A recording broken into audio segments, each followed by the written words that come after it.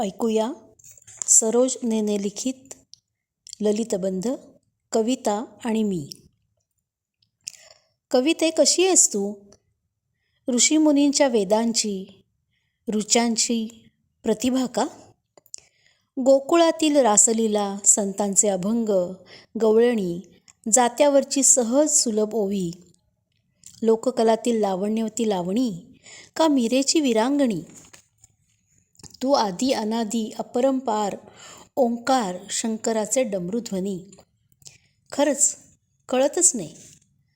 लहानपणी आईने दाखवलेला झाडामागे लपलेला चांदोबा आवडला मला आणि तो जोडला गेला मनाशी. चिवचिव चिमणी, इथे बस, इथे इथे बस रे मोरा. तो मोर त्याच्या पिसाऱ्याच्या डोळ्यातून बघतो, नाचतो, त्याचे रंग हरवतात रानात. लहान माझी भाऊली ही तर माझी सखीच.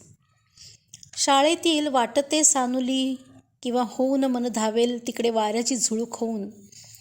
श्रावण मास गीतात श्रावणच व्हायचं. ऊन पावसाच्या लपाछपीत खेळायचं.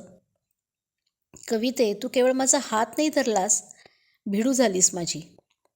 नभांगण भरून टाकलंस.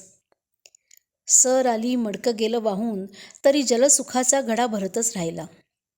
गंगा, गोदा, यमुना, नर्मदा साऱ्या जलदेवतातून तू जीवनदायिनी झालीस. त्यातही तू निरंतर वाहणारी. तुझे शब्द गाऱ्या गाऱ्या भिंगोऱ्या. सागर लाटात गाजतेस तू आणि आकाशाच्या विराट गोलात गहन असतेस. धरती मातेच्या कुशीत कानात बोलतेस.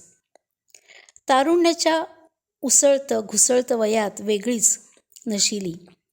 हृदयी प्रीत जागते, जाणता जाणता जाणवते. सारं जग विसरून त्याच्यात विसावते.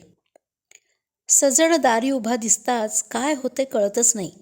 कुणीतरी यावं असं वाटत राहतं. आंधळी असून तिला तो दिसतो. स्वर्गगंगेच्या काठावर भेटतो अनेक जन्मानंतर. मिठीत तुझी या विश्वाचं रहस्य उलगडतं. वयानुसार देह बदलतो, पण तू रोज नवीन काठ टाकतेस.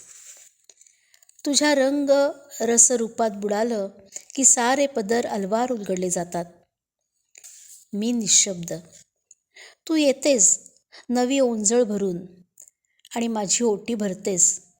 किती भाग्यवान मी. किती बोललं तरी तू दशांगुळं उरतेसच. शारदेच्या हातातली वीणा माझ्या हाती देतेस आणि तिच्या पुस्तकातील अक्षरांचा झंकार सुरू होतो. सांजेला हुरहुरती, पहाटेला धुक्यात नाहतेस. सूर्य वर आला की सारं लख्ख. भास आभास संपतात. वय वाढलं तरी तू मला चिरतरून ठेवतेस, बाल्यात नेतेस. चिंता, काळजी, प्रश्न भेडसावत नाहीत, कारण तू आहेस सोबत.